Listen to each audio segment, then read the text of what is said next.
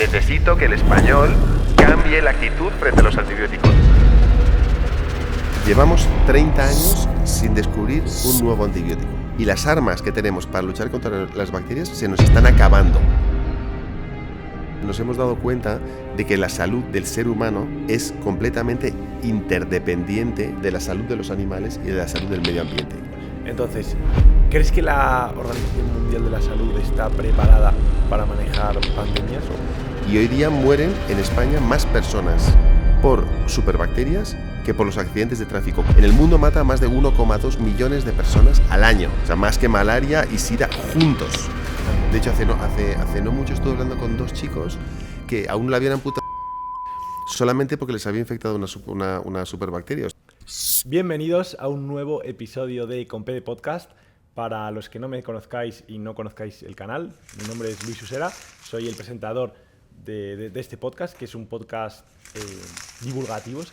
Nos dedicamos a la divulgación sobre muchas áreas, especialmente ciencia, pero aquí vais a ver invitados del máximo calibre de un montón de temas. O sea, hemos traído desde hackers hasta historiadores, hasta científicos.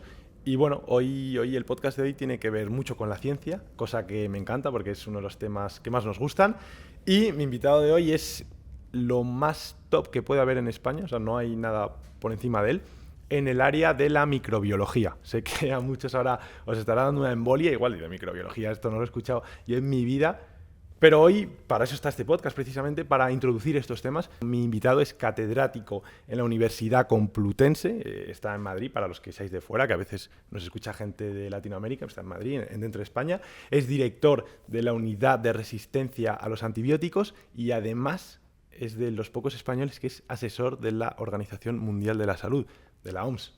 Así que hoy es un verdadero placer, de verdad estoy encantado de tenerla aquí, a Bruno González Zorn. ¿Qué tal? ¿Cómo estás? ¿Qué tal, Luis? Muchas gracias. Oye, un auténtico placer tenerte hoy aquí. Te estaba enseñando un poco el podcast. Estamos hablando de Micrópolis, que ya te lo he enseñado.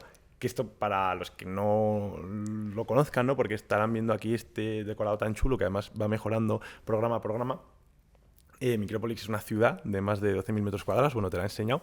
Que bueno, siempre comento, ¿no? A modo de introducción, me gusta, como este sitio me lo dejan completamente gratis, pues yo, a cambio, me gusta comentar para que la gente venga aquí, porque aquí en Micrópolis los niños aprenden a ser adultos. Y entonces es una ciudad gigantesca donde se lo pasan genial. Yo he estado aquí 1000 veces de pequeño y doy fe.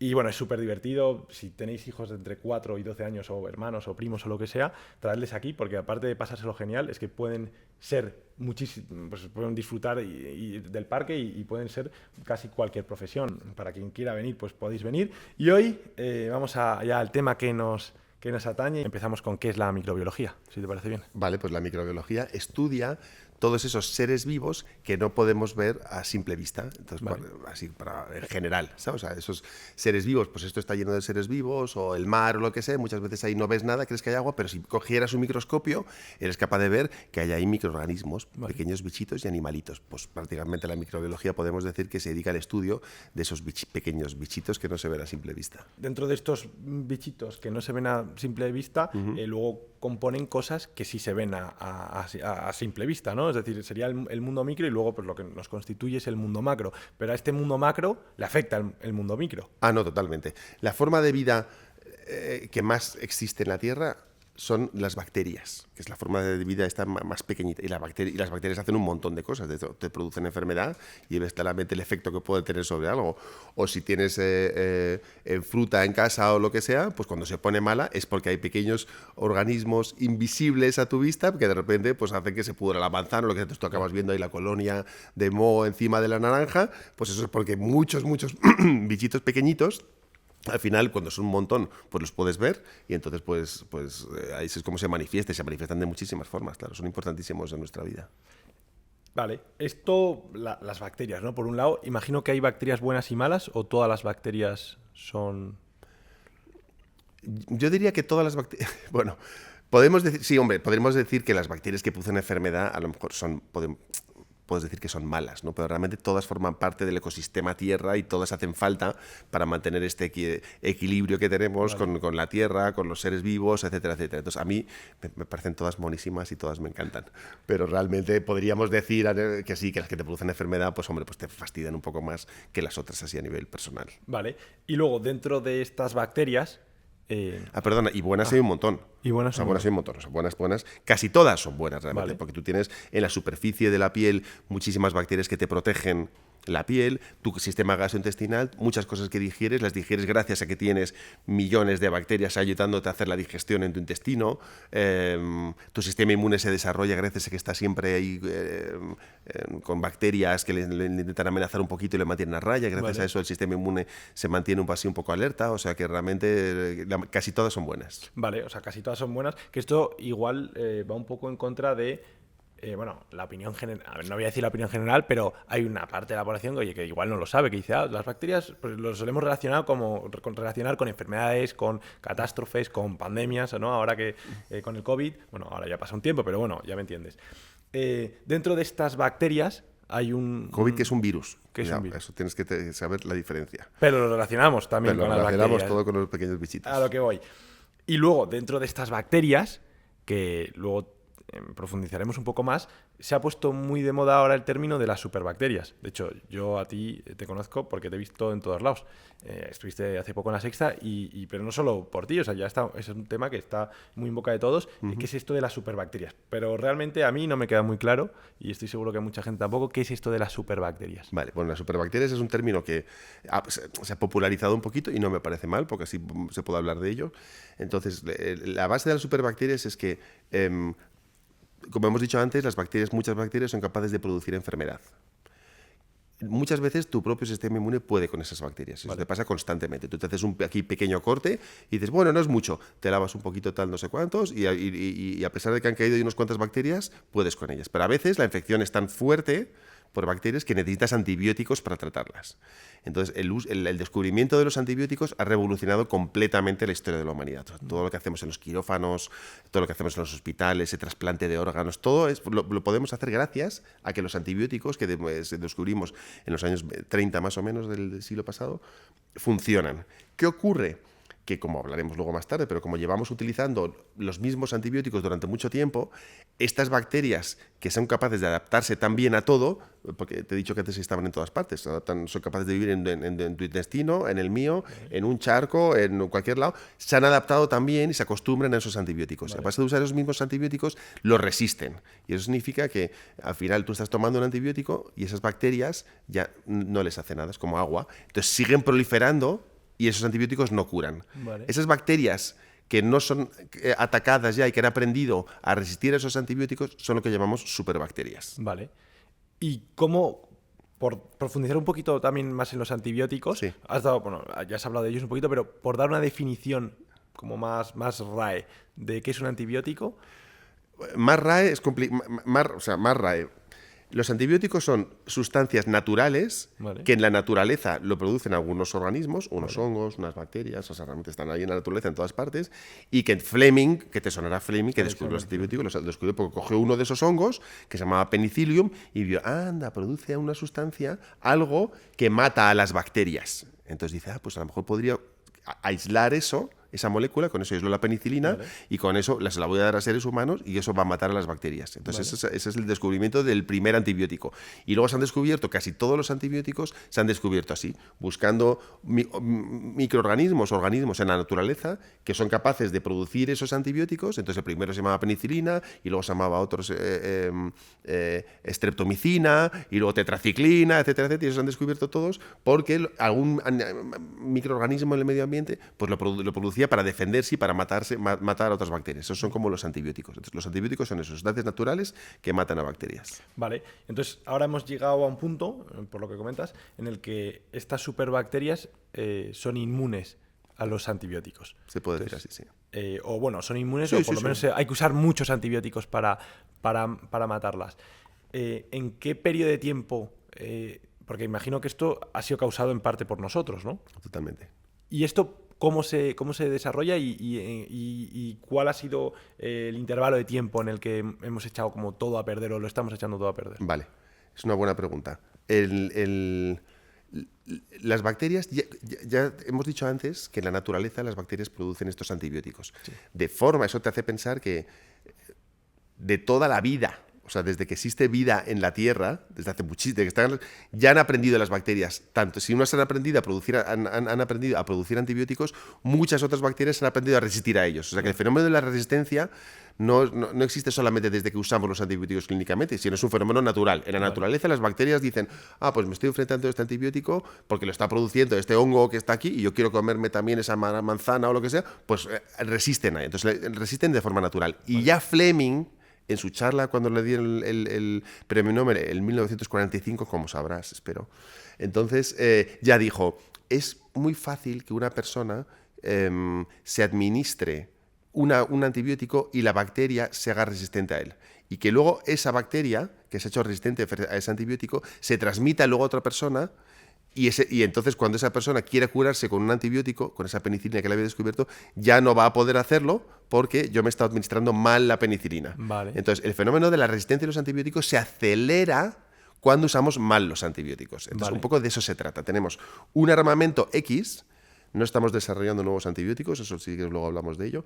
Un armamento X, y si usamos ese armamento constantemente y mucho contra las bacterias, al final nos vamos a quedar sin armamento. Entonces tenemos que usar juiciosamente y poco esos antibióticos para que nos duren todavía esos armamentos mucho y todavía podamos curar a personas cuando vayan a los hospitales o para que podamos seguir haciendo cirugías. Eso es un poco el dilema que tenemos hoy día. Muchos podrían pensar, bueno, estamos ante una crisis, ¿no?, de superbacterias. Eso es.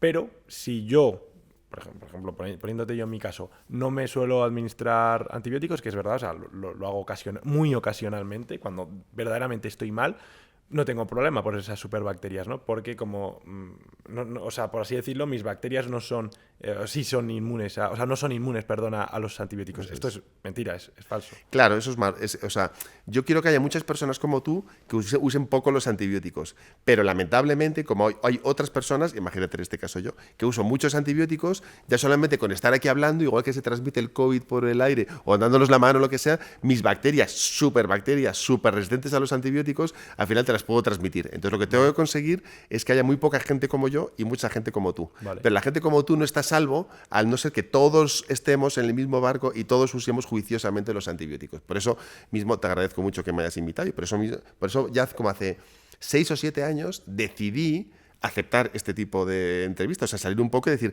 no es suficiente con que yo luche contra la resistencia de los antibióticos en mis laboratorios y en mis conferencias de microbiología, porque en los congresos de microbiología todos están ya convencidos de que... Entonces dije, hay que hacer algo más. Claro. Necesito que el español cambie la actitud frente a los antibióticos. Y eso tiene que ser colaborando con comunicadores profesionales. Entonces, los científicos no somos comunicadores profesionales. Entonces, necesito profesionales que hagan las cosas bien y que lleguen hasta la última persona para que nadie en España, que es un poco lo que me he propuesto, utilice los antibióticos como los llevamos utilizando estos últimos años, sino que mejoremos un poquito en eso. Y entonces necesitamos a todas esas personas. Esa es un poco la finalidad así que me he puesto en estos últimos años. Pero estarás de acuerdo conmigo que, y esto lo comentábamos en el podcast anterior, que joder, es un poco, suena paradoja, ¿no? Que en el momento de la humanidad en el que más tecnología que tengamos, incluso para comunicar, la tecnología sirve hasta para cosas como esta, y que mejor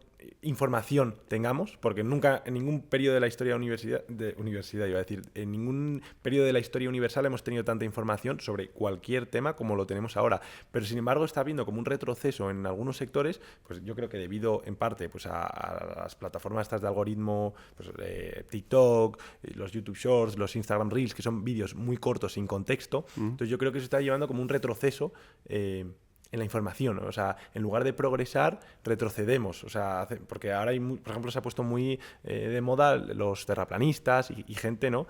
Que se dedica a esto, a desinformar a la gente. Entonces, hay un porcentaje de la población que ya no se fía directamente de nada. Otros que se fían de todo, de cualquier cosa que ven, y otros que están un poco, bueno, pues me fío de estos no, de estos sí, depende un poco. Entonces, ¿tú cómo convencerías a la gente? ¿No? Porque mucha gente te estará escuchando y dirá, bueno, pero ¿cómo sé yo que este tío no es un loco chiflado como los que sí hay en TikTok, que se dedican a decir que la Tierra es plana y no sé qué? Entonces, ¿cómo tú convencerías a alguien para que no usase los antibióticos en demasía? Bueno, hombre, yo creo que, como tú dices, hay un exceso de información y entonces al final depende del ciudadano qué, qué origen de información utilizar. Entonces utiliza tu podcast estupendo, pues ya sabe que aquí todo lo que se dice está muy bien, pero si se va fiando de las cosas que le llegan online sin ningún tipo de origen, etcétera, etcétera, pues entonces no se podrá fiar. Entonces yo creo que ahora, incluso con los fake news y con la realidad virtual compleja y fake, no te vas a poder fiar prácticamente de nada, ni de unas declaraciones de nadie, porque puede estar la voz falseada, etcétera. Entonces yo creo que ahora vamos a aprender muy fácil, y estamos aprendiendo a solamente consultar la información que realmente sea fidedigna. Entonces para eso pues hay gente como tú, o tienes X periódicos o X tal, y todo lo demás, todo lo que te llegue por WhatsApp o veas en Insta o tal, pues tienes que tener mucho cuidado con ese origen de la información. Entonces yo creo que pues lo que tiene que hacer es fiarse un poco pues de las fuentes correctas. Claro.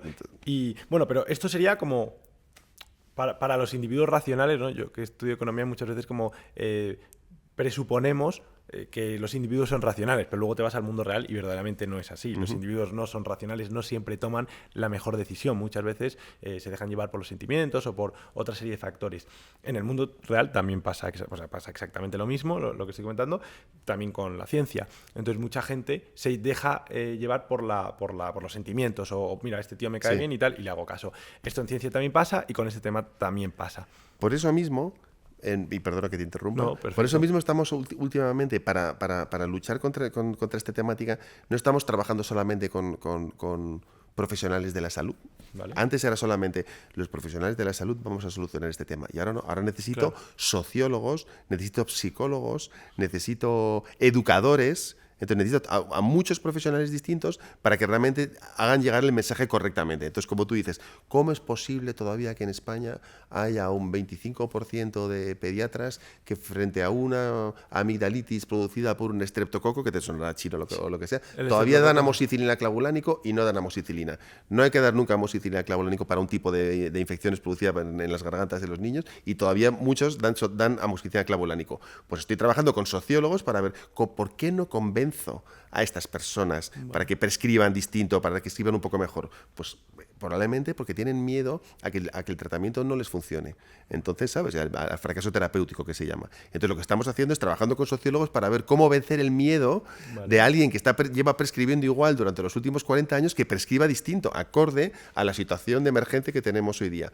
En nuestros hospitales tradicionalmente se mantenían mucho las vías intravenosas. Ahora estamos intentando cambiar ese comportamiento porque conviene a lo mejor quitarlo y pasar a antibiótico oral antes de lo que pensábamos antes. Pues todo eso exige, todos esos cambios de comportamiento son complicados. Entonces por eso hay que trabajar con profesionales específicos o de la comunicación, o sociólogos, o psicólogos, o pedagogos, o en las universidades, para cambiar esos comportamientos. Como tú dices, cambiar el comportamiento de las personas es lo que es realmente complejo. Es complejo, y bueno, para eso también está este podcast, para intentar ayudar y aportar el granito de arena en la comunicación. Y luego argumentalmente, ¿no? Porque hemos hablado un poco como de la infraestructura que hay que montar para poder llegar a la gente, pero luego hay que tener argumentos, porque tú puedes montar la infraestructura genial, puedes tener a sociólogos, psicólogos, pero si luego tus argumentos no son de peso y no sirven, no vale de nada. Entonces, ¿qué argumentos de peso le darías a muchas personas, que ahora esto saldrá en formato TikTok y llegará a cientos de miles o a millones de personas? ¿Qué argumentos les darías de peso para decir: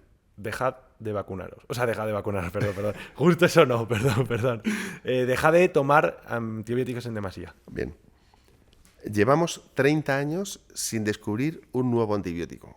30 años sin descubrir ninguna familia nueva de antibióticos. Repito, llevamos 30 años sin descubrir una nueva familia de antibióticos.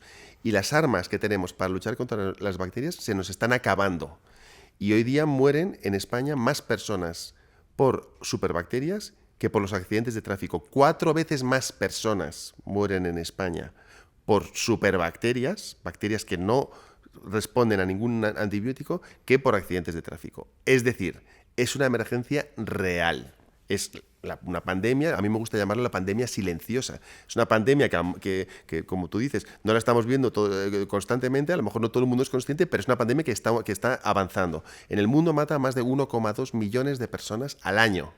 O sea, más que malaria y sida juntos. O sea, mata a personas en nuestros hospitales porque los antibióticos no funcionan. Y cada gesto, cada automedicación, cada prescripción que a lo mejor no es adecuada, acelera este proceso. Y cada vez estamos teniendo más superbacterias y eso hace peligrar todo nuestro sistema sanitario. Y parece que tomarte un antibiótico en casa o prescribir un antibiótico mal no hace daño, pero eso entrena y acelera mucho la formación y la emergencia de superbacterias en nuestros hospitales. Entonces es esencial que todos colaboremos porque hoy día están muriendo personas en nuestros hospitales por la resistencia a los antibióticos y las superbacterias. La buena noticia es que la solución está en nuestras manos. Claro. O sea, podemos revertir este proceso cambiando la forma de prescripción de nuestros profesionales, que estamos intentando entrenarles, etcétera, etcétera, y cambiando la forma de utilizar los antibióticos en España, donde muchas personas todavía se toman como un ibuprofeno o como una aspirina o como un paracetamol, que esos son antiinflamatorios, pues de la misma forma se toma de vez en cuando una amoxicilina o un antibiótico que tiene en casa. Y son cosas muy distintas que eso no debe ocurrir nunca. Vale, pero claro, aquí hay varios actores, ¿no?, que forman parte y de los cuales son responsables. Eso el es. primero, vamos a decir, el paciente, Eso es. yo en caso que soy economista, en mi caso los llamo consumidores, pero son pacientes, ¿no? Sí. Verdaderamente, que es el que toma el fármaco o el antibiótico, ¿no?, en cuestión.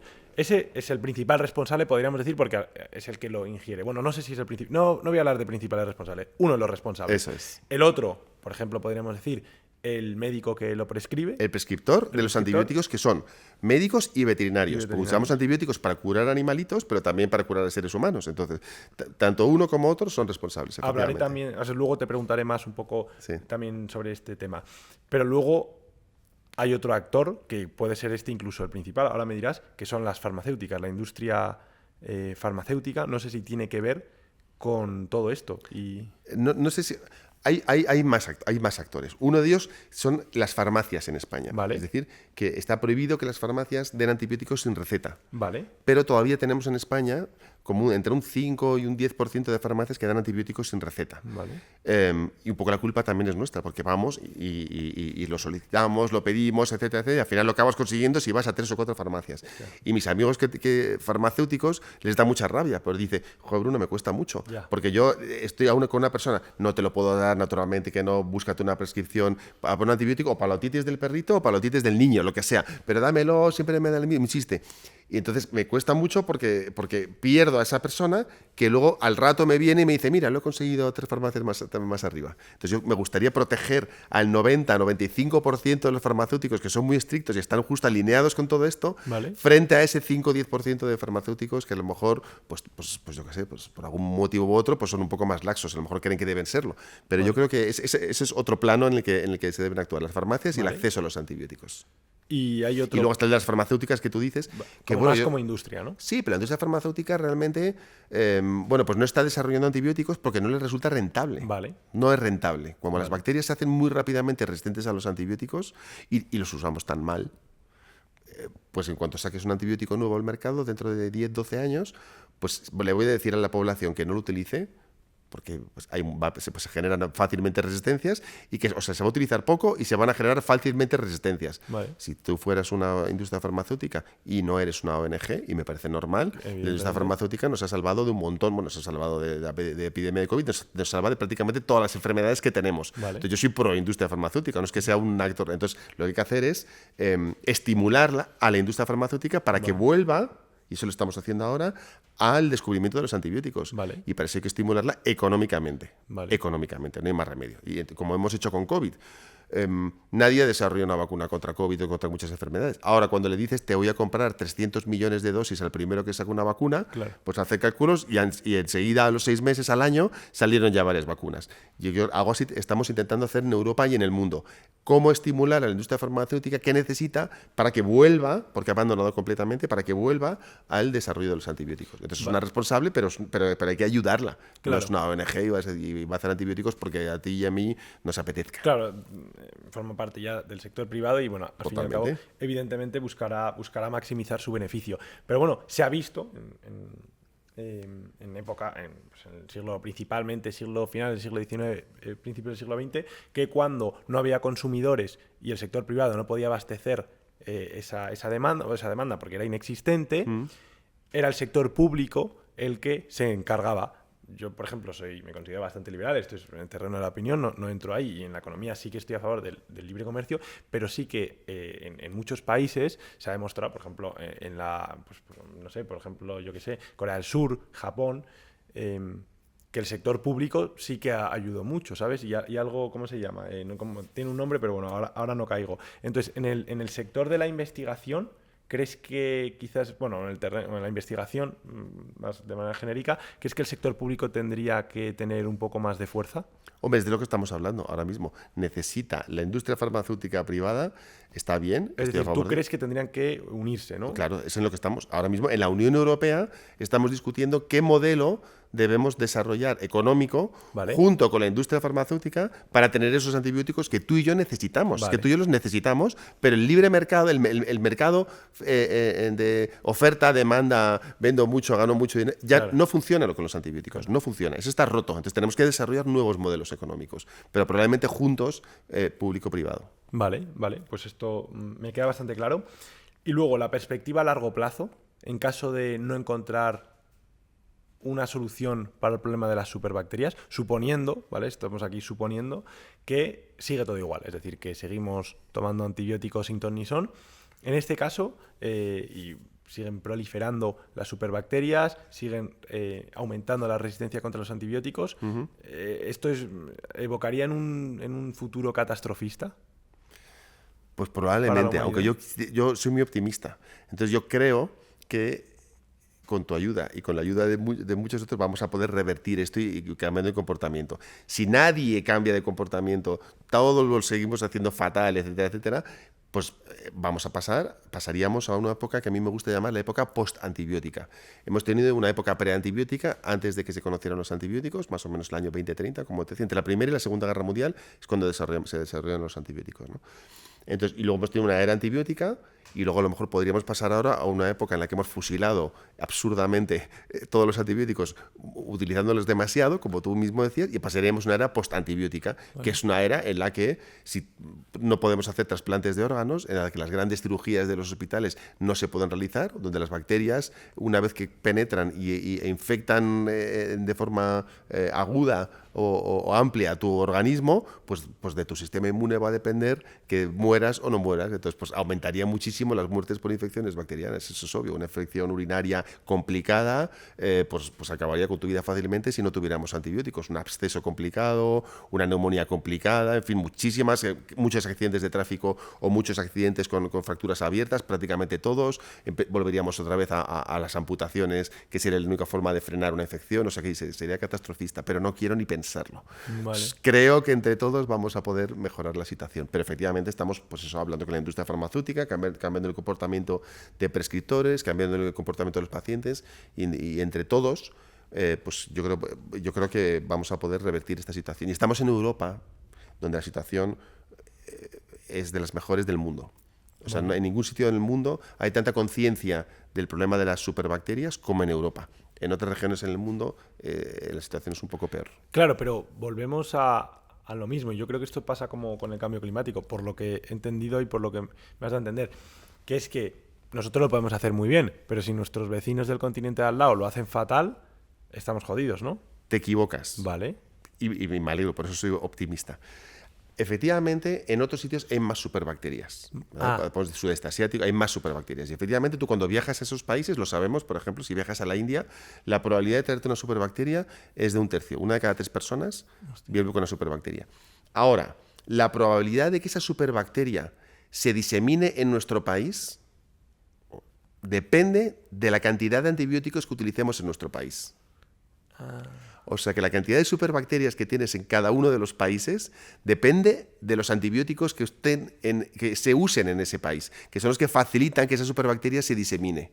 Si usamos pocos antibióticos en un país, esas superbacterias, aunque te las traigas de la India, te las traigas de otros sitios, no se van a diseminar fácilmente. Vale. ¿Entiendes? Y eso es muy importante tenerlo en cuenta, porque efectivamente sí creo que lo que hace cada uno individualmente y lo que se hace en cada uno de los países define cómo esas superbacterias se diseminan o no se diseminan. Te puedo poner un ejemplo. Los holandeses viajan mucho más que nosotros a esos países. Se traen muchas más superbacterias a Holanda que los españoles y sin embargo hay mucho menos resistencia a los antibióticos en sus hospitales porque se utilizan mucho mejor los antibióticos ahí de lo que lo hacemos aquí.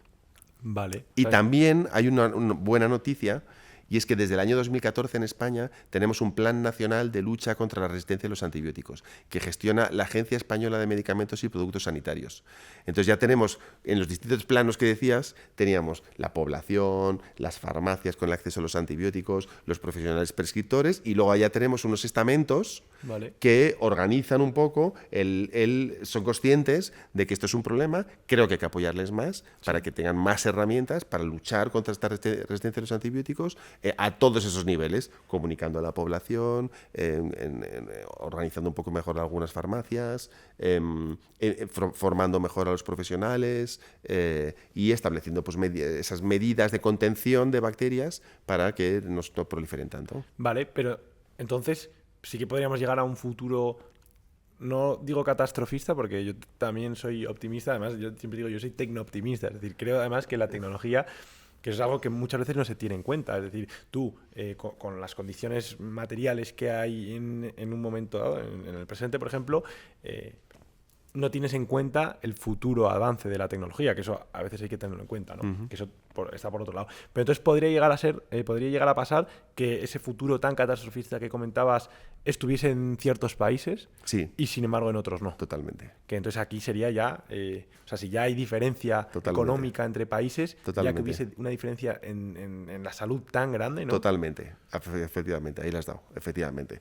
Y de hecho está habiendo diferencias y lo estamos viendo porque sabemos los niveles de cuántas superbacterias hay en cada región del mundo y sabemos que hay algunos países donde hay muchas superbacterias y donde efectivamente ingresar en un hospital por algo grave en esos países es mucho más arriesgado que en alguno de nuestros en nuestro ecosistema europeo estupendo. Por eso mismo el trabajo en la Organización Mundial de la Salud pues te ayuda un poco a ver todos esos distintos ecosistemas sociopolíticos, sociosanitarios que hay en el mundo y que tienen una relación con las superbacterias muy distintas respecto pues, a cualquier región de Europa. Por eso cada país, por eso esos planes nacionales que te decía que tenemos en España, tiene que estar adaptado a las circunstancias de cada país. Porque cada país tiene sus circunstancias específicas. En uno, pues te dan antibióticos siempre en las farmacias sin receta, pero a lo mejor no hay suficientes médicos. Claro. Entonces hay que dar antibióticos en las farmacias porque nadie tiene acceso a un médico. Entonces a lo mejor ahí tiene que haber más médicos. En otros los veterinarios pues los consigan también sin ningún tipo de control. O sea, cada país necesita sus medidas específicas. Entonces yo estoy concentrado en España, pero también un poco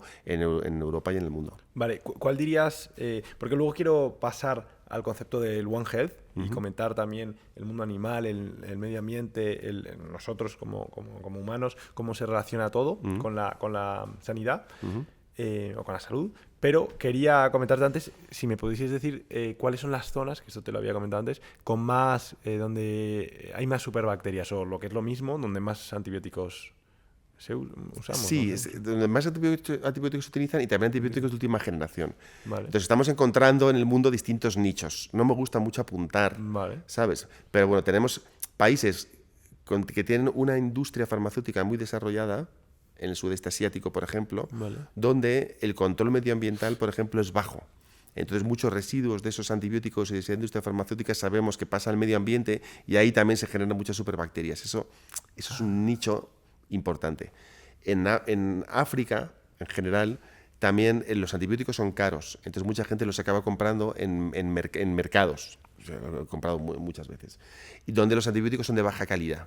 Entonces son de baja calidad cuando la gente los toma, están infradosificados y eso significa que aceleran aún más la formación de resistencia a los antibióticos. Entonces tenemos todos los países donde tienen una relación, donde tienen acceso a los antibióticos, pero no están tan desarrollados como nosotros, entonces pues ahí es donde se está acelerando un poquito. Entonces vemos aguas residuales de industrias en algún sitio, aguas residuales incluso de hospitales en África. Hemos hecho un estudio en Ghana donde en los hospitales se usan antibióticos, pero las aguas residuales de los hospitales pasan a los ríos, son superficiales, los niños juegan con esas aguas residuales y vemos ahí cuando hay la concentración de superbacterias es muy alta. Entonces hay unas cuantas regiones donde realmente hay muchas más superbacterias de lo que uno pudiera pensar. Vale. Y aquí en España, ¿cómo? Porque claro, bueno, En verdad, en España, piensa que nos escucha gente de España y también de Hispanoamérica. Sí. Entonces, en España y en Hispanoamérica, ¿cómo estamos? Bueno, en Hispanoamérica hemos visto que con COVID, aunque también ha ocurrido en España, con la pandemia de COVID se ha acelerado más todavía la formación de superbacterias. Ha habido más personas hospitalizadas, saturación en los hospitales, por lo tanto más infecciones intrahospitalarias y por lo tanto hemos tenido que usar más antibióticos de último recurso y por lo tanto hemos acelerado todavía la formación resistente de los antibióticos. Entonces, en el último estudio que ha habido en Latinoamérica, en algunas regiones hay bacterias que no esperábamos tener hasta dentro de 10 o 20 años. Entonces sí, hay superbacterias en Latinoamérica y en porcentajes más altos que en España en general. No en todas las regiones igual, depende un poquito del país, etcétera, pero ahí hay una situación donde todavía están empezando a tomar conciencia de la importancia de la resistencia a los antibióticos. Entonces, desde la OMS, en el año 2014, solicitamos a todos los países que hicieran un plan nacional de lucha contra la resistencia a los antibióticos. Entonces, en España lo tenemos desde el 2014 y en algunos países de Latinoamérica se ha hecho, pero no se ha hecho como muy efectivo, se ha firmado, etcétera. Entonces, yo trabajo en un programa de la Unión Europea donde vamos a distintas regiones del mundo. Este está coordinado por AENOR, realmente. Y es un programa europeo muy bueno, un proyecto europeo muy bueno, donde vamos a distintas regiones del mundo para enseñar a los gobiernos cómo luchar contra las superbacterias. O sea, estamos un poco diciendo, bueno, en España esta ha sido la situación, antes era peor, ahora lo hemos mejorado en muy poco tiempo, y entonces con la facilidad también del idioma vamos a Latinoamérica, pero también vamos a todas las regiones del mundo. Ahora me voy a Etiopía la semana que viene, etcétera. Entonces le enseñamos a los gobiernos a luchar contra esto. Entonces allí estamos en la fase todavía en la que los gobiernos no están todavía 100% convencidos de que tienen que luchar contra la resistencia a los antibióticos. Vale, aquí estamos más convencidos. Claro, o sea, porque es que ese es otro punto que igual, o sea, es otra dificultad, que es que a veces, vale, uno podría decir, bueno, es que los ciudadanos no están convencidos, pero bueno, lo vamos a intentar. Pero es que hay veces que es que ni los gobiernos están convencidos. Claro, efectivamente. También hay que reconocer, probablemente tengan otras prioridades. O sea, algunos países, ¿sabes? Donde tienes hambre, ¿sabes? Pues dices, hombre, pues ya me ocuparé de la resistencia de los antibióticos. Extrema pobreza. Y en algunas regiones del mundo, y este también es una paradoja en este tema, pero es así, hay un problema de acceso a los antibióticos, ¿te puedes imaginar? O sea, hay lugares en el mundo donde el problema no es el sobreuso de antibióticos, es que no llegan los antibióticos para curar a las personas. O sea, que incluso eso ocurre en muchas regiones del mundo, para que veas la complejidad del tema. Seguiremos hablando de estos temas. O sea, evidentemente, el podcast se centra en las superbacterias, pero quería comentarte el concepto de One Health. Que esto habrá muchas personas que le sonarán, a otras no. Entonces, si nos lo puedes tú introducir un poquito. Luego te preguntaré también qué es la OMS, como definición así más RAE, que está guay para luego unificar conceptos y luego ir desengranándolos. Pero, ¿qué es esto del One Health? One Health es One Health en inglés. En Latinoamérica, que decía, se utiliza más el concepto de una salud. Vale. Una salud. Es un concepto por lo cual nos hemos dado cuenta de que la salud del ser humano es completamente interdependiente y dependiente de la salud de los animales y de la salud del medio ambiente, y no se puede separar en ningún momento, y que además tenemos que tener en cuenta esta salud conjunta, incluyendo la salud del planeta, es decir, la sostenibilidad del planeta. Entonces, eso es un poco el concepto de One Health, que empezó un poquito a desarrollarse con la lucha contra la resistencia a los antibióticos. O sea, más o menos en el año 2002, 2003, empezamos a luchar en el mundo de forma efectiva contra la resistencia a los antibióticos, dándonos cuenta que usamos antibióticos en el ser humano y en los animales. Vale. Y entonces ahí tuve la suerte de coordinar el primer proyecto europeo desde la perspectiva de One Health, contra la resistencia a los antibióticos. Vale. Y a partir de ahí, este concepto, que al principio pues, nos costó mucho explicarlo y comentarlo y atraer a muchas personas que trabajaban en distintas áreas, vale, pues ahora empezamos a trabajar de forma conjunta y ahora el concepto de One Health se ha universalizado, vale, mucho. Entonces ahora la Organización Mundial de la Salud ya no trabaja sola ni siquiera, trabaja con la Organización Mundial de la Sanidad Animal y el Programa de Medio Ambiente de las Naciones Unidas y la FAO han formado un cuadripartito para de forma global en el mundo trabajar siempre de forma conjunta para luchar contra las enfermedades. Entonces, es un concepto que hemos impuesto, creado o bautizado en el año 2001, 2002, 2003 y ahora ya pues se ha universalizado y todos ahora en el mundo y en Europa trabajamos bajo la perspectiva esta de One Health. ¿Y podrías darnos un ejemplo? Porque igual hay personas que no... Que bueno, o sea, la explicación está muy, muy bien, pero para quizás ubicarlo mejor, un ejemplo de cómo esto podría darse? Te puedo decir uno de antibióticos y uno pues como te digo, pues a nuestros perritos o a las vacas o a los cerditos, cuando a veces se ponen enfermos con una conjuntivitis, con una herida en la piel, lo que sea, y hay que darles antibióticos. Claro. Muchas veces esos antibióticos son los antibióticos que tú también necesitas para curarte. Vale. Entonces, de nada sirve que yo te diga a ti, sé muy prudente con los antibióticos, pero a los cerditos les voy a dar muchísimos antibióticos porque así están más sanotes. Y entonces, pues al final voy a acelerar la resistencia a los antibióticos igual. Y por eso es en este área de la resistencia a los antibióticos donde nos dimos cuenta, sobre todo, de la importancia de trabajar desde esta perspectiva de One Health. Vamos a usarlos juiciosamente en animales, pero no tiene sentido hacerlo solamente en los animales, sino hay que hacerlo también en los seres humanos, y también esos antibióticos, cuando pasen en el medio ambiente, vamos a tener cuidado con esos antibióticos en el medio ambiente. Y si no lo hacemos de forma conjunta, de nada sirve que lo hagas solamente en un sector o en otro. Eso es así de sencillo. El concepto se ha hecho un poco más popular, o se ha conocido un poquito más a raíz de la pandemia. Claro, que antes era más difícil entender un virus que está en un murciélago y que en China... Y que, ¿cómo puede eso afectarme? Pues eso era como imposible, o sea, ¿a quién le interesa? Entonces hemos visto cómo efectivamente ocurren cosas en la naturaleza que al final nos pueden afectar mucho. Entonces es importante saber qué está ocurriendo en la naturaleza, qué bacterias hay, qué virus, cómo se transmiten, qué cositas pasan en China, en el sudeste asiático, en Latinoamérica, o tal, qué está ocurriendo, qué pequeña epidemia, qué dos personas hay, para que realmente podamos bloquear esas epidemias, esas pandemias fácilmente, que estamos haciendo constantemente. Estamos bloqueando con muchos sistemas de alarma, estamos bloqueando muchas epidemias que podrían surgir y emerger en el mundo entero. Entonces eso es un poco ese concepto de One Health, donde debemos saber qué ocurre en la naturaleza y en los animalitos y en el medio ambiente para poder proteger nuestra salud. Claro, porque entiendo que como especie, entre comillas, frágil, porque los seres humanos, o sea, somos frágiles, entiendo, estamos en constante riesgo, ¿no? Claro, constante frente a las enfermedades, constantemente. ¿Y somos buenos sofocando? Por ejemplo, así como nuestra policía es muy buena sofocando ataques terroristas, pero en general contra los virus, contra las bacterias, contra enfermedades en general, ¿podríamos decir que son tan buenos como la policía lo es contra los ataques terroristas? Hombre, en general yo diría que sí, porque si tú ves la evolución de la cantidad de seres humanos que somos en la Tierra, actualmente somos ya 8.000 millones de personas y vamos ya directamente a ser 9.000 millones de personas. Entonces, en ningún momento, antes, tú que decías, con lo optimista que eras, en ningún momento de la historia de la humanidad hemos luchado tan efectivamente contra las infecciones como ahora. Claro. Tenemos este problema de resistencia a los antibióticos, pero nunca hemos tenido una salud tan buena y hemos luchado mejor contra las enfermedades. Tenemos vacunas estupendas, tenemos medicamentos estupendos, estamos luchando efectivamente contra la pandemia del HIV, acuerdo, la pandemia del SIDA.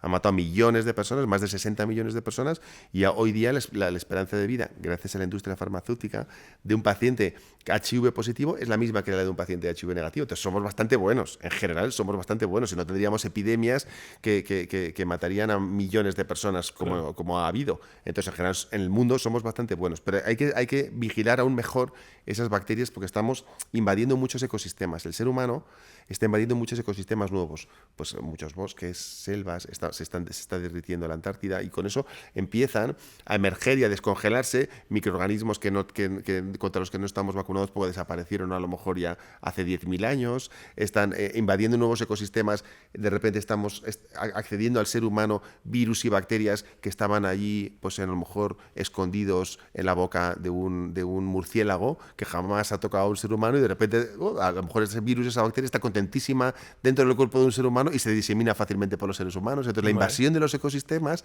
hace que también el ser humano se esté exponiendo a nuevas enfermedades. Por eso es importante este equilibrio dentro del concepto de One Health, también con la sostenibilidad del planeta, porque al invadir esos ecosistemas es peligroso también. Vale, esto es muy interesante, claro, y evidentemente era animales, humanos y también el medio ambiente, que a veces no lo tenemos en cuenta, ¿no? Y decimos, bueno, vamos a crecer exponencialmente y no pasa nada, y el planeta, los recursos son finitos, también hay que tenerlo en cuenta, sin entrar en cosas políticas y tal, que luego muchas veces se puede confundir, ¿no? Hay mucha gente... Pero claro, te quería preguntar también, me habías puesto el ejemplo del cerdo, los antibióticos, hay una creencia popular, no sé si es verdad o no, ahora me la desmitificarás o todo lo contrario, o darás la razón, sobre el uso de antibióticos y en las carnes, o sea, es decir, que las carnes que comemos hoy en día, que podemos comprar en los supermercados, en las carnicerías o las carnicerías de los supermercados está llena de antibióticos. ¿Es esto cierto? No, eso es totalmente falso en Europa. Vale. Totalmente falso.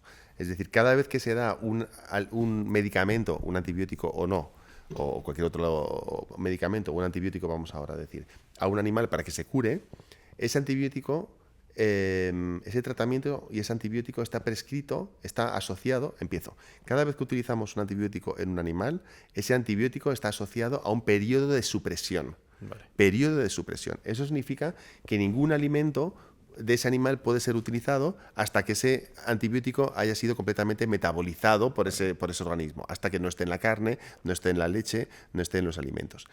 Por si acaso alguien a lo mejor se lo quiere saltar un poquito y dice, hombre, tendría que esperar 7 días, pero es que ya 5 días y venga, lo quiero llevar al matadero o lo que sea, ya con esto es lo que había pensado y tal, no sé cuántos. Para eso hay un sistema que vigila los residuos de antibióticos, etcétera, que hay en todos los alimentos. Y coge muestras constantemente en los mataderos, en los supermercados. Y se mide prácticamente a diario cientos de miles de muestras. Hay una red española muy importante que mide que ahí no haya residuos de antibióticos, ni haya plomo, cadmio, metales pesados, o sea que entonces eso que antes se controlaba menos, gracias a que en España estamos muy desarrollados en ese sentido, los alimentos son 100% seguros y no tienen restos de antibióticos. No ocurre lo mismo en otras regiones del mundo. O sea, en África o en muchas partes del sudeste asiático, en algunos sitios de Latinoamérica, pues le dan antibióticos a los animales y a lo mejor al día siguiente los sacrifican antes de que todavía encontramos, y hemos hecho algún estudio viendo cómo encontramos todavía residuos de antibióticos elevados en algunos sitios, pues en África o en Latinoamérica, donde los recursos son menores. Pero nosotros que tenemos un sistema muy desarrollado, vale, pues tenemos un sistema para medir químicamente los cuántos residuos de antibióticos hay en cada filetito que se vende en cada supermercado, etcétera, etcétera. Entonces eso es súper seguro, entonces eso es un placer vivir en Europa comparado con otras regiones del mundo. Claro, y en el caso de estas regiones del mundo que en algunas sí lo tienen, ¿eso tiene consecuencias graves para la salud? Graves, acelera la resistencia a los antibióticos. Es como si cada día te tomaras ahí un poquito de ese antibiótico que te queda ahí en el botiquín. No te tomas ni siquiera una pastilla, que no tienes que hacer nunca, ya sabes que nunca automedica. Es como si cada día te cogieras eso un poquito. Acelera aún más la formación de bacterias resistentes a los antibióticos. Vale. Y ahora, por seguir profundizando un poco tú eres asesor de la Organización Mundial de la Salud. Todos damos por hecho qué es la Organización Mundial de la Salud, pero nadie sabe bien en profundidad qué es la Organización Mundial de la Salud y sobre todo a qué se dedica. ¿No? Porque nos suena igual, a veces muchas personas lo interpretan como son unos señores, sí, unos científicos que están ahí todos con batas blancas en una caseta ahí metidos y hablan sobre cosas muy complejas para el resto de la población. Entonces, por bajar un poco a la población, al público medio, ¿qué es la Organización Mundial de la Salud? Bueno, pues es un conjunto de profesionales, sanitarios y no sanitarios, pero básicamente sanitarios, que desde su central en Ginebra, pues intenta coordinar los esfuerzos que hacemos en el mundo para mejorar la salud del ser humano, vale, podemos decir así. Entonces tiene algunas oficinas regionales y la central está ahí. La primera región, la Organización Mundial de la Salud, la primera fue solamente Latinoamérica, fue la Organización Mundial Panamericana de la Salud. Esa fue la primera, y a partir de ahí, ya en los años 40 ya se hizo la Organización Mundial, o sea, fue anterior a la Latinoamérica. Entonces era un poco para coordinarse, porque la gente viajaba, llevaba epidemias de un sitio a otro. Entonces, como decíamos un poco antes, no tiene mucho sentido luchar contra una enfermedad en un sitio si mucha gente viaja y luego lleva esos virus de un lado para otro. Entonces, un poco para coordinar esos esfuerzos, esos viajes, esas epidemias mundiales, pues un poco se estableció. En Europa no tenemos muchísimo contacto con ella, porque nuestro nivel sanitario es muy alto. Entonces, su nivel de gobernanza es bajo. No puede imponerle a un país a partir de mañana vas a vacunar. Hace recomendaciones y tiene una gran presencia física, vale, en muchos lugares del mundo. En Europa lo vemos un poquito menos. Pero si tú vas a Latinoamérica o a muchos sitios de África o a Asia, verás cómo realmente es esencial que la OMS tenga ahí laboratorios. Muchas veces son los únicos laboratorios que ha podido montar, que existen ahí, los oficiales de la Organización Mundial de la Salud, con presencia. Entonces, no hay más epidemias en el mundo porque la Organización Mundial de la Salud está ahí muy presente. En Europa, como tenemos unos gobiernos muy potentes y muy desarrollados, realmente se cubren todas las necesidades con la presencia de los sistemas temas sanitarios nacionales y no hace falta que la OMS esté muy encima nuestro.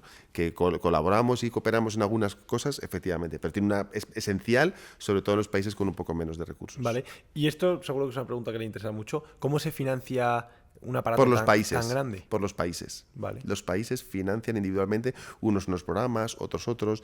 En España financiamos parcialmente un programa de trasplantes, en otros se financia cada país en función un poco de sus intereses, Vale. pues financia más o menos un área u otra área. Entonces, ¿De cuánta gente podemos estar hablando que colabore? Gente bueno, que colabore, que esté física. Es una buena pregunta. Yo no te sabría decir. Pues a lo mejor 2.000 personas en Ginebra y 5.000 en el mundo, pero a lo mejor me equivoco. O sea, que casi preferiría mirarlo en el móvil a decirte cifras que no pero son. digo, Pero bueno, es un número de estamos personas. hablando de miles de personas. Sí, claro. Vale. Tengo preguntas muy buenas sobre esto, porque también es un tema que genera cierta controversia en algunos sectores de la población. Ya sabes, yo voy haciendo preguntas para que cada sector de la población te reciba una respuesta, ¿no? Porque es lo que hablábamos, de qué te sirve convencer al 80% si el otro 20% sigue haciendo lo que le da la gana, pues es que va a ir a peor. Entonces, ¿crees que la Organización Mundial de la Salud está preparada para manejar pandemias o crisis de resistencia, una crisis grande de resistencia a los antibióticos? ¿O está fallando en algún aspecto clave? No, yo no me atrevo a entrar en el tema crítico sobre la Organización Mundial de la Salud. Como has visto, está financiada por países, y entonces pues eso implica que no está completamente desvinculada de los gobiernos. Vale. Entonces, bueno, pues con eso pues te puedes hacer una idea de que habrá medidas que quiera tomar y tome y que aconseje, pues que a unos les guste más y a otros les gusta menos, y en otros piensa una gran mayoría del mundo que está tomando decisiones que no son las que debe tomar. Entonces, pues claro, porque eso hay que tenerlo en cuenta, que no es que igual hay personas que entienden la Organización Mundial de la Salud quizás como una especie de gobierno en el que si la Organización Mundial de la Salud dice una cosa, todos tienen que obedecer, ¿no? Cuando realmente no es así. Claro, no es así. Es decir, ellos son así como unos asesores, ¿no? Exactamente. De los gobiernos. Y luego cada gobierno individualmente decidirá libremente. Exactamente, pero como en algunos momentos de epidemias, pandemias o de conflictos bélicos, pues la opinión de la Organización Mundial de la Salud es importante, vale. pues a veces tiene un peso político alto, más que sanitario, menos sanitario. Entonces yo no creo que, igual que cualquier institución, siempre sea magnífico todo lo que decida o recomiende, etcétera. Entonces, como todas las organizaciones, claro. pues te cometerá sus errores. Pero en resistencia a los antibióticos, Vale. han sido esenciales. Porque en ningún sitio en el mundo se tomaban auténticas medidas contra la resistencia a los antibióticos hasta que la Organización Mundial de la Salud en el año 2014 recomendó que se hiciera un plan nacional de lucha contra la resistencia a los antibióticos, y prácticamente todos los países lo han hecho. Fíjate, sin ninguna obligación, tenemos en más de 150 países se han hecho planes nacionales de lucha contra la resistencia a los antibióticos. Entonces yo creo que en mi área específico de resistencia a los antibióticos estoy muy contento con cómo están manejando la situación. Vale, me parece bien. Y no la están manejando solos, sino que lo están haciendo, como te decía, en este cuadripartito, desde el concepto de One Health, junto con la FAO, que es la Organización de la Agricultura, junto con la OMSA, Organización Mundial de Sanidad Animal, y junto con la UNEP, United Nations Environmental Program, el programa de medio ambiente. Entonces, me gusta mucho también que haya tomado esa iniciativa One Health en el mundo. ¿En tu área, en la microbiología, hay conflictos de intereses? Cuando hay estudios financiados por corporaciones o por... O sea, yo en general creo en la ciencia. Vale. Y creo que si reseteáramos el mundo entero y nos siguiéramos los criterios científicos, acabaríamos con las mismas verdades que conocemos ahora mismo. Vale. Entonces yo creo en la ciencia. Que hay situaciones en la ciencia en las que la ciencia no se imponga del todo y se impongan otros intereses económicos porque lo sean muchos, pues yo creo que en casi en todos los sectores de la vida. No es como dices, tú crees en la policía. Claro. Y dices, bueno, yo creo en la policía, pero claro, pues es posible que haya algún policía que realmente pues coja una bolsita de cocaína y se la mete y se la venda bueno, pues a lo mejor en algún país eso ha ocurrido alguna vez, pero sí creo en la seguridad pública, sí creo tal, entonces sí creo en la ciencia. Entonces, en general, en la ciencia las cosas se hacen bien, existe un método científico, es todo bastante transparente. Es verdad, lo que sí ha ocurrido, más que el conflicto de interés, lo que sí ha ocurrido es que a veces... como la presión para publicar, etcétera, es alta, ha habido científicos muy reconocidos en el mundo que al final han falseado alguno de sus resultados para poder publicar mejor, para conseguir el premio Nobel, para tener más reconocimiento, para tener más financiación. Entonces eso existe, claro, eso existe. Y entonces es porque a veces la diferencia entre ser muy estricto científicamente o ser un poquito laxo, claro, a veces es una línea muy fina. Entonces no es como... Tú puedes inventarte todos los resultados, eso es difícil que ocurra. Puede ser 100% estricto como somos casi todos, pero estas personas, fíjate, con tanto reconocimiento, al final han caído en ello. Y es porque a lo mejor, pues con muy poca... o sea, prácticamente tienen razón, pues imagínate como un antibiótico nuevo.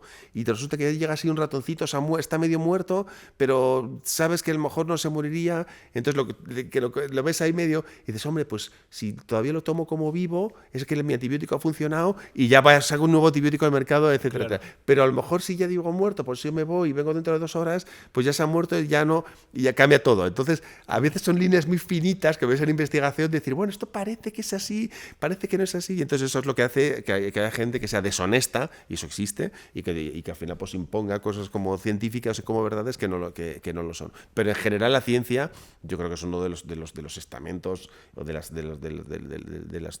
áreas de conocimiento más honestas que existen en el mundo. O sea, claro, es muy difícil que haya fraude o que haya conflicto de interés. Muy es difícil. decir, está bien supervisado, ¿no? Que es lo que quería preguntarte.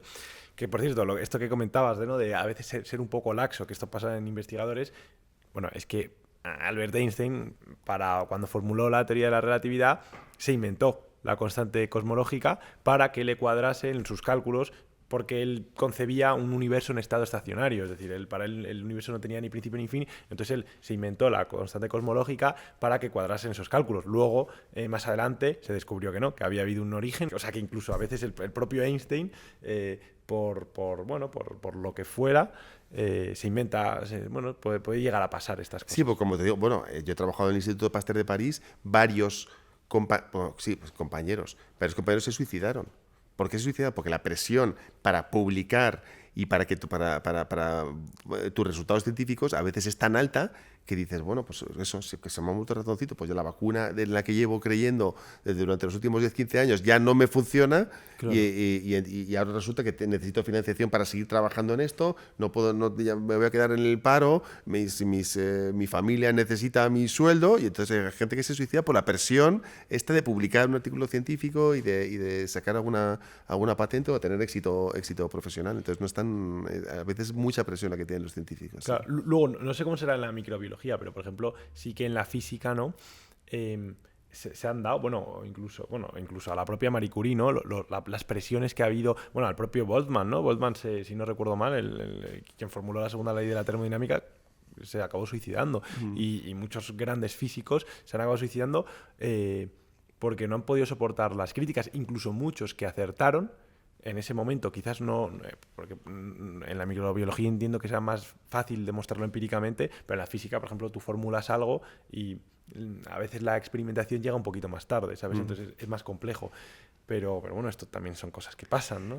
Y hablando de investigación, lo que sí ocurre en España, y está relacionado colateralmente, es que es muy difícil conseguir financiación para investigar. Entonces, al final, realmente mucha gente acaba por investigar poco o que no es falsear, pero deja de investigar porque es muy difícil conseguir financiación. Entonces, ya que estamos aquí, hace falta tener acceso a investigación y aumentar mucho el PIB que tenemos en España en investigación, para que los investigadores puedan investigar y puedan mejorar nuestra vida y puedan mejorar la situación española en general en la ciencia en el mundo.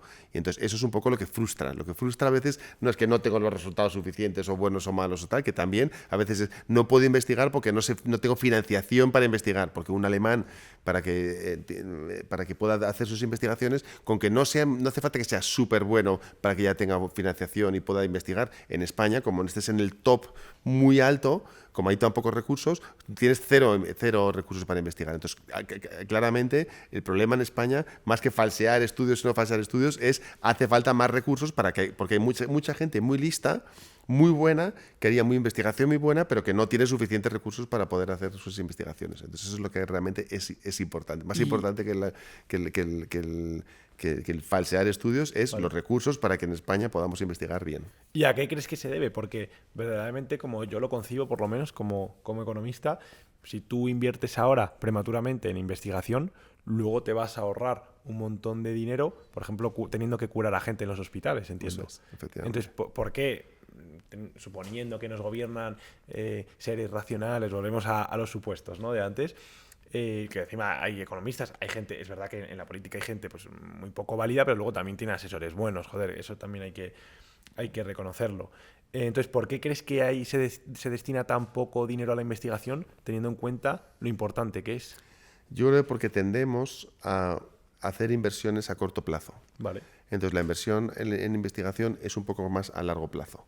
Entonces, muchas veces los políticos mediocres pues no piensan en el beneficio del país a 5, 10, 15, 20 años vista, sino que solamente toman medidas o tienden a tomar medidas que en su legislatura puedan demostrar, también se entiende un poco humanamente, puedan demostrar que esa inversión que han hecho económica al final pues ha sido exitosa. Claro. Si tú empiezas con una inversión y dices, no, he aumentado tanto las becas, he quitado el dinero de otro sitio para ponerlo en esto, pero eso se verá en 5 o 10 años, va a ser muy importante para el país, pues no lo hacen. Entonces yo creo que hace falta un poco de conciencia de lo importante que es y lo beneficioso que es para un país hacer eso. Entonces claro, hace falta pues políticos valientes que inviertan en investigación en España sabiendo que a lo mejor en su legislatura no van a ver el beneficio, pero que para el país es indudablemente beneficioso. Claro, y gobernantes altruistas que no piensen en su sillón, en sus condiciones, sino en el bien del conjunto. Sí, hay muchos políticos así. O sea, yo realmente creo que yo creo en el servidor público. Entonces yo creo que muchas personas están en política para mejorar la vida de los españoles. O sea que yo creo que hay muy buenos políticos en España, pero no están totalmente convencidos de que la investigación es una vía muy buena para invertir en nuestro país. Y creo que eso es un poco lo que nos falta. Y bueno, desde el podcast también siempre animamos, ¿no?, a las instituciones públicas, que me siga algún político, por cierto, por ahí. Así que, bueno, si están viendo esto, hay que invertir más en investigación, por favor. Claramente. Había varios temas que hemos dicho así, vamos a tocar. A mí hay un tema que me interesa mucho, que es el tema de las mascotas, que lo has comentado y es súper interesante.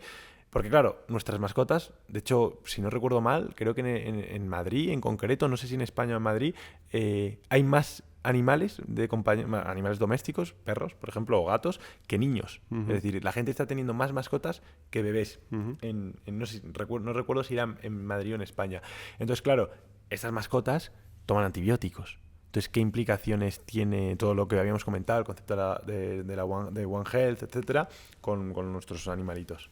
Pues sí, como tú dices, más o menos la mitad de los europeos tienen una mascota. O sea, nuestra relación con las mascotas es muy estrecha. Conviven contigo en tu casa, etcétera, etcétera. Y entonces también enferman de vez en cuando, como tú dices, y hay que utilizar antibióticos para curarles. Siempre prescritos por un veterinario, etcétera, etcétera. Entonces, estamos estudiando actualmente hasta qué punto esas bacterias que están en los perros y en los gatos tienen importancia o no en la salud del ser humano. Y hemos encontrado nosotros incluso hace no mucho tiempo, en mi propio grupo, bacterias que tenemos en nuestros hospitales en España, las hemos encontrado en nuestras mascotas. Es decir, a veces tú puedes salir de un hospital, te has curado, pero todavía estás colonizado con bacterias con las que has convivido en el hospital, eso ocurre, y acaricias a tu mascota, es muy posible, o a veces ocurre, que esas bacterias del hospital pasen a la mascota, y que la mascota a lo mejor o colonice en la mascota o la mascota las disemine. O sea, pueden generarse tanto en las mascotas como a lo mejor las mascotas son víctimas de las bacterias intrahospitalarias. Vale. Es decir, es algo que estamos empezando a estudiar. Vale. Entonces, no se trata de demonizar a nadie, pero como es un miembro de la familia y también recibe antibióticos, creo que es importante tener en cuenta que esos veterinarios de animales de compañía tienen una importancia en salud pública. en salud pública. Y antes se veía como, no, pues tenemos el veterinario con su mascota y la familia, pues no, yo creo que realmente ese miembro de la familia tiene que ser visto como un miembro de la familia a todos los niveles, incluido el nivel sanitario y de salud pública. Entonces, que esos veterinarios de pequeños animales tienen, además de su labor de cuidar a la mascota, una labor de salud pública importante. Entonces, yo creo que también está bien para que se reconozca a todos esos veterinarios que hacen esa labor tan importante, tanto con los alimentos como con los animales de compañía, porque realmente pueden jugar un papel muy importante. Vale, genial. Y otra pregunta quería hacerte, que esto me interesa a mí particularmente porque, todos tenemos mascotas. Yo he tenido mascotas, tenía una perrita, he tenido gatos, he tenido muchos animales. Pero claro, normalmente no nos han enseñado siempre que, pues no sé, cuando estamos en nuestro día a día tocamos cosas, que esas cosas están sucias o están llenas de bacterias quizás no tan buenas, nos llevamos las manos, ¿no? a la boca, a los ojos, y entonces siempre nos han recomendado lavarnos mucho las manos. De hecho, mi abuelo era cirujano y él siempre me recomendaba que me lavase las manos después de tocar cosas que estuviesen sucias, ¿no? Entonces, ¿es bueno lavarse las manos? En un contexto general, imagino que sí, pero digo muy a menudo. Hombre, sí, es bueno lavarse las manos. Es bueno lavarse las manos. Como todo en exceso, pues puede llegar a ser perjudicial. ¿Es bueno tomarse zumo de naranja? Sí, pues si tomas 7 litros de zumo de naranja puede ser perjudicial para la salud. Vale. Entonces, en general, es bueno lavarse las manos. Muy bueno. De hecho, una de las medidas que la OMS promueve en los hospitales es la prevención de la aparición de infecciones. ¿Y cómo se previene? Con una política de lavado de manos adecuada. Con una política de lavado de manos adecuada se reduce un 30% la mortalidad en los hospitales. Y sin embargo, aún todavía no estamos siendo muy estrictos con las políticas de lavado de manos, pues entre un paciente y otro, etcétera. Entonces hay mucha transmisión en los hospitales de bacterias en la bata, pero mucho en las manos, que son las que contactan con el paciente. Entonces estamos intentando imponer más, invitando a todas las instituciones sanitarias, tanto para curar, como también las residencias sociales, las residencias de ancianos, por ejemplo, Sí. Que haya una política de lavado de manos más importante, porque realmente es la mejor forma de luchar contra estas superbacterias, es prevenir que esas superbacterias te lleguen. Y como antes decíamos, esas superbacterias pasan fácilmente de una persona a otra, claro. Entonces la política de lavado de manos es algo esencial que hay que institucionalizar mucho más en nuestro país de lo que lo está.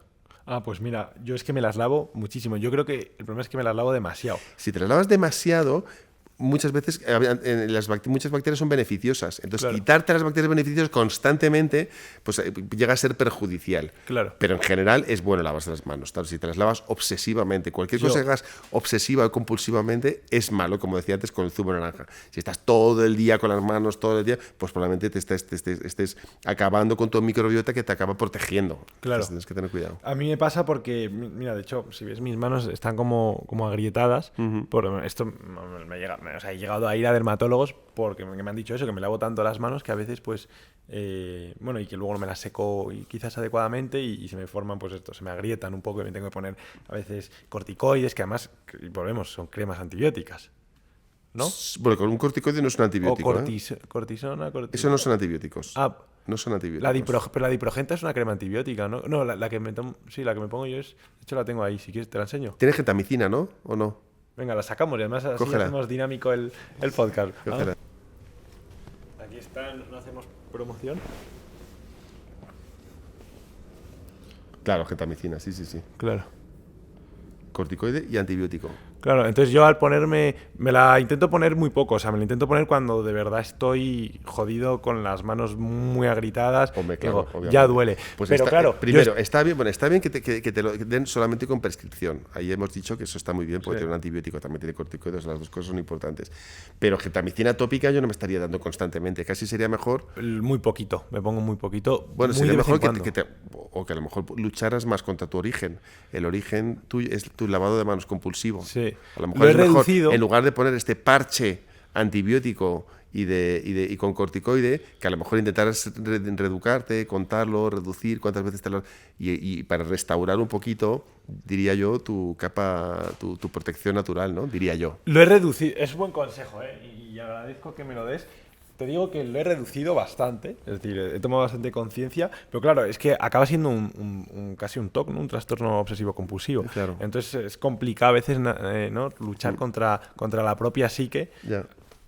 Creo que poco a poco... Hay lo voy profesionales que consiguiendo. te puedan ayudar, hay psicólogos, hay técnicas, etcétera, etcétera. Entonces yo te invito, porque si tienes que echarte eso, o sea, es un trastorno. No, y además que imagino que estoy ayudando a que Totalmente. se proliferen las superbacterias. Totalmente. Es decir, que cosas como estas no las debería de hacer, ¿no? Por ejemplo, salvo si fuese Hombre, si es por una si urgencia. bajo prescripción médica, etcétera, pues seguramente lo necesites, Claro. porque si no, a lo mejor tendrías unas infecciones constantes. O sea, que yo no digo que que el dermatólogo no haga bien prescribiéndotelo, pero tú sabiendo cuál es la causa, Claro.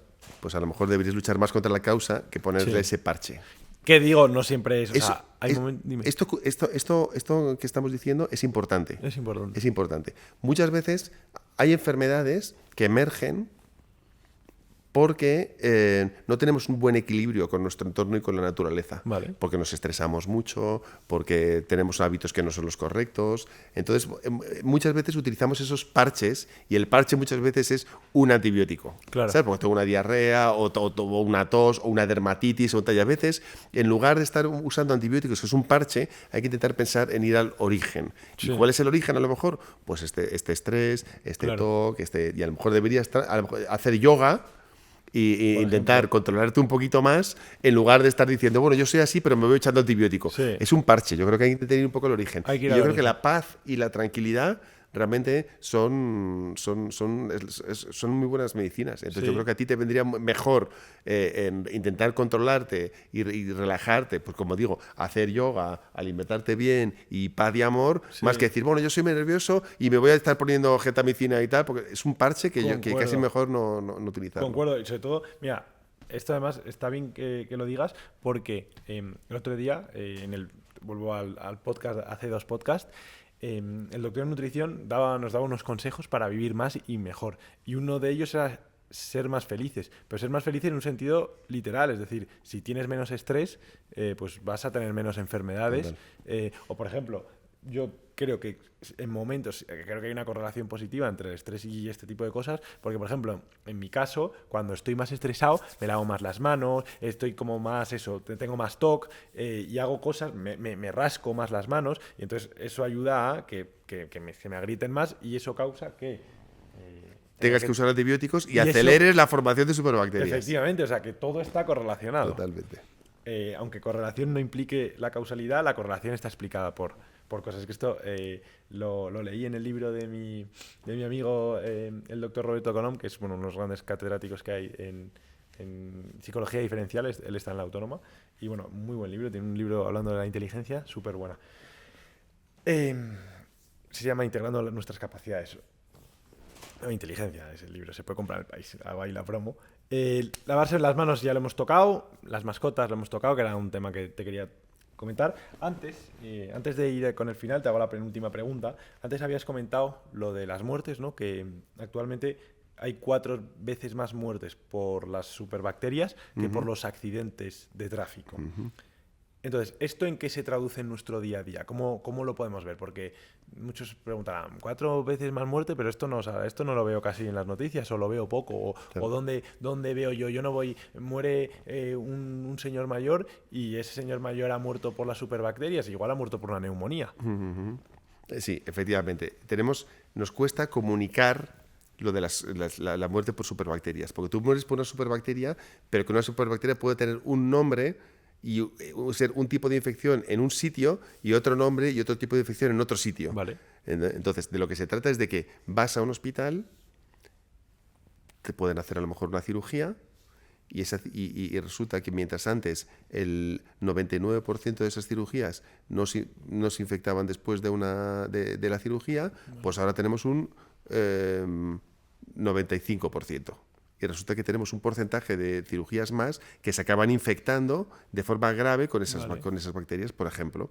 O personas que están en la UCI con una respiración asistida y antes a lo mejor solamente un 1% se infectaba por una bacteria grave y acaba muriendo por esa bacteria, y ahora ese porcentaje está aumentando. O sea, cada vez están muriendo más personas por esas superbacterias y porque los antibióticos últimos que les damos, de última generación, no son capaces de controlar a esas superbacterias. Y puede ser de neumonías, de infecciones postquirúrgicas, de una infección urinaria que al final acaba siendo una infección renal y al final acaba siendo una septicemia, es decir, una infección en todo el organismo. Son complicaciones que antes se controlaban bien fácilmente y antes no, pero son muy diversas, como tú decías. Puede ser una neumonía que se complica, puede ser después de una intervención de cualquier tipo quirúrgica, puede ser después de una fractura abierta, vale. O sea, después cualquier tipo de infección bacteriana que al final no se controle, cada vez son más de estas que ocurren. Y esto entiendo que afecta también a los jóvenes, ¿no? Porque muchas veces los jóvenes dirán, bueno, pero eso le pasa a los señores muy mayores. Sí, efectivamente. Nosotros cuando se calculan las muertes por superbacterias, no es fácil de calcular. No es que se muera alguien con una superbacteria en el cuerpo y se muera de algo, no. Es porque se ha dado el antibiótico adecuado para esa bacteria, vale, y esa bacteria no ha muerto con ese antibiótico y se ha muerto el paciente. Vale. O sea, es fracaso terapéutico utilizando antibióticos. Esa es la definición de muerte por una superbacteria y esa es la que está ocurriendo cada vez más. Vale, o sea que incluso yendo más allá, ya sabéis todo lo lo hemos comentado, ¿no? Las teorías conspiranoicas y tal, que afectan no solo a la física y a las tierras planas, sino también a la salud, a la ciencia de la salud. Y yo creo que ahí está el problema. Es decir, esto lo hablaba con Ángel Uranga en el podcast anterior, que el problema no es que la gente piense que la Tierra es plana, que puede ser hasta gracioso, ¿no? Piensa que la Tierra es plana, qué divertido. El problema es que las implicaciones que tiene esto es que hay estudios que afirman que normalmente la persona que cree en una teoría de la conspiración suele creer en más y suele creer en muchas. Entonces empiezas pensando que la Tierra es plana y acabas no vacunándote o no haciendo caso, por ejemplo, a tus consejos mismamente, ¿no? Entonces sí que podríamos decir, por ejemplo, que puede haber gente joven muriendo. O sea, que no hay que encontrar un argumento rebuscado de son las vacunas las que nos matan y nada, sino a veces podemos irnos directamente a las superbacterias con esta gente. Sí, bueno, ahora estamos trabajando cada vez más con organizaciones de pacientes para mostrar un poco la cara de esto. Claro. Entonces, cualquier paciente con fibrosis quística, que hay muchos en España, pues necesitan tratamiento antibiótico constante y entonces pues están a riesgo de morir si son infectados por una superbacteria. Vale. O en nuestras residencias de ancianos también es muy fácil que se diseminen fácilmente estas superbacterias. Entonces sí, nos están afectando cada vez más, claramente, y también a gente joven. De hecho, hace no mucho estuve hablando con dos chicos que a uno le habían amputado un pie y a otro los dos pies, solamente porque les había infectado una superbacteria. O sea, que eso puede ocurrir y era gente joven con niños jóvenes. O sea, que eso ocurre. Vale, pues bueno, hasta aquí casi el podcast de hoy. Vamos ahora con la pregunta final o con el tema final, que es que quería comentarlo, que es que te han nombrado hace poco doctor honoris causa en Ghana. Entonces quería, cuéntanos un poco cómo es esta experiencia y en qué se traduce luego en tu día a día, en tu vida. ¿Qué ha supuesto para ti esto? Vale. Bueno, pues estoy contento. Es un reconocimiento honorífico, de hecho es doctor por el honor. O sea, que realmente es un reconocimiento honorífico que no implica nada. Pero bueno, a nivel de corazoncito implica todo, porque yo empecé a trabajar en Ghana con mi grupo de investigación, que siempre me ha ayudado mucho, y la Universidad Complutense me ha ayudado mucho, muchas instituciones, en el año 2005. Y entonces fui ahí invitado por el gobierno español, que construyó allí un pequeño campus universitario cuando los fondos de ayuda al desarrollo te daban para eso. Entonces fui como profesor de profesores, pero claro, yo había vuelto del Instituto Pasteur de París, o sea, estaba recién llegado del extranjero. Empezaba mi unidad de resistencia a antibióticos bajo la perspectiva de One Health, justo la empezaba. Bueno, primero vi dónde está Ghana, si hay guerra o no, tal. No me daba, porque me dieron 3 semanas para ir. Se había quedado sin profesor y me dieron, en 3 semanas tienes que ir, si quieres. Entonces dije, venga, voy. Y entonces me encontré un ecosistema pues muy distinto al nuestro. Claro, una zona rural de Ghana pues significa que donde apenas habían visto a gente con otro coludo, los niños te tocaban así la piel, y luego donde el sistema sanitario es muy pobre. Y donde podías ver que con muy poco esfuerzo y con muy poco dinero podías hacer mucho. Claro. Entonces, cuando me iba a volver, dije, yo esto les tengo que ayudar un poco más. Básicamente porque tuve muchas conversaciones con ellos y me comentaron que había una alta mortalidad por salmonela, por ejemplo. Vale. Y en Europa apenas tenemos mortalidad por salmonela entérica, salmonela de diarreas normales, y ahí la mortalidad era alta. ¿Por qué? Porque los niños iban al hospital, como no tenían forma de diagnosticar una salmonelosis, casi siempre era malaria y les enviaban a casa otra vez con antimaláricos. Vale. Pero muchas veces volvían 2 o 3 meses después con perforaciones intestinales horribles, porque el antimalárico no había hecho nada, pero esa salmonela había roto las paredes intestinales y mataba a los niños. Entonces dije, mortalidad por salmonela tan alta y no es tan difícil de diagnosticar. Entonces dije, vamos a poner a punto un sistema de diagnóstico de salmonela. Y desde ahí empecé a ir con mucha gente de mi equipo. Los fondos de ayuda al desarrollo me ayudaron, la cooperación universitaria me ayudó de la Complutense. En fin, muchas instituciones no me han ayudado y he ido con mucha gente y he enviado a gente. Vale. Y luego hemos firmado acuerdos con la Unión Europea entre universidades de Ghana y la Complutense, entre las universidades de Ghana y Europa. Entonces ahí al final el vínculo de Ghana con España se ha hecho muy estrecho. El embajador de España es mi amigo mío, el de allí también, nos conocemos mucho y llevo ya, al final el tiempo pasa, entonces al final llevo ya 18 años trabajando con ellos. Entonces, ¿por qué decidí hacer eso? Porque creo que en tu vida profesional, bueno, creo que en general en tu vida debes intentar no solamente dar gracias por lo bien que estás, sino creo que debes también intentar ayudar a los demás. Ser consciente de la suerte que tienes de haber nacido en las circunstancias mejores que otras personas. Y eso nos ocurre prácticamente a todos nosotros. Independientemente de cómo hayas nacido, donde hayas nacido, seguro que hay personas que tienen unas circunstancias peores que las tuyas. Sí. Entonces puedes ayudarles directamente, no hace falta irse a África, puedes repartir cafés con leche los fines de semana a cualquier persona, puedes ayudar a alguien que haya venido de fuera, ayudarle a aprender español, le puedes manejar un micrófono, hacer un podcast a un migrante, a tu vecino, al supermercado. O sea, no es muy difícil ayudar a los demás, pero creo que está muy bien que si todos intentamos invertir un poquito de tiempo de tu vida en ayudar a los demás. Entonces ahí me di cuenta de que podía integrar la ayuda a los demás en mi profesión. Y dije, joder, qué suerte tengo de que, aunque me cueste más energía, porque claro, tengo que conseguir fondos para investigación, pero ahora luego encima te pones esta carga. Y dije, voy a conseguir además fondo para ayudar a estos.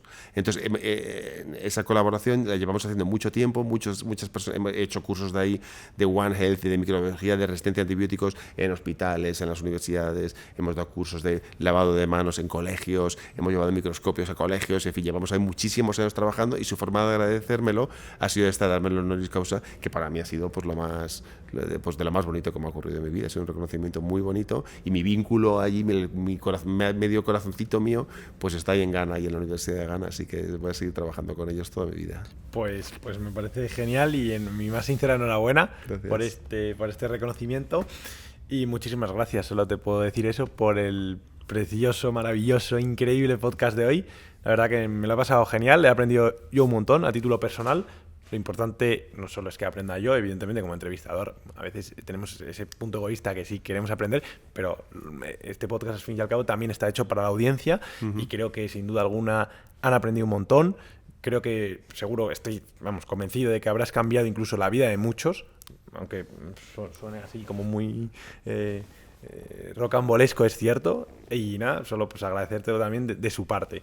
Así que al público también que nos esté escuchando, muchísimas gracias de corazón por ver, escuchar y apoyar estos podcasts, porque al fin y al cabo sin vosotros pues esto sería insostenible. Evidentemente, si no hay espectadores, pues los que hacemos esto, si nadie escucha, si nadie ve, pues no, carece de sentido, carece de todo. Así que nada, muchísimas gracias. Si queréis, tus redes sociales o tanto lo que me pidas estará en la descripción, sale siempre al principio del podcast, así que esto siempre lo comento al final, pero verdaderamente no hace falta porque al principio la gente lo ve. Pero bueno, da igual. Así que nada, si queréis apoyar al canal, la mejor forma, que muchos me escribís por Instagram y me preguntas, oye, ¿cómo puedo apoyar al canal? Pues mira, muy sencillo. Suscríbete a las redes sociales del podcast, suscríbete al canal de YouTube, por supuesto, que es desde donde estarás viendo este podcast. Si lo estás viendo desde Spotify, pues ve a YouTube y suscríbete. Y luego, si nos puedes compartir, si te ha gustado de verdad, de corazón, y vuelvo a lo que acabo de decir, quieres ayudar o no te cuesta nada, compartírselo a tus amigos, a tus familiares, a tus padres, a tus hermanos, a quien sea, se lo compartes. Además, creo que estos podcasts divulgativos hacen una gran labor. Así que nada, muchísimas gracias otra vez, Bruno. Venga. Ha sido un placer. Igualmente, ha sido un tenerte placer, aquí. muchas gracias. Y nos vemos la semana siguiente con un episodio espectacular. Adiós.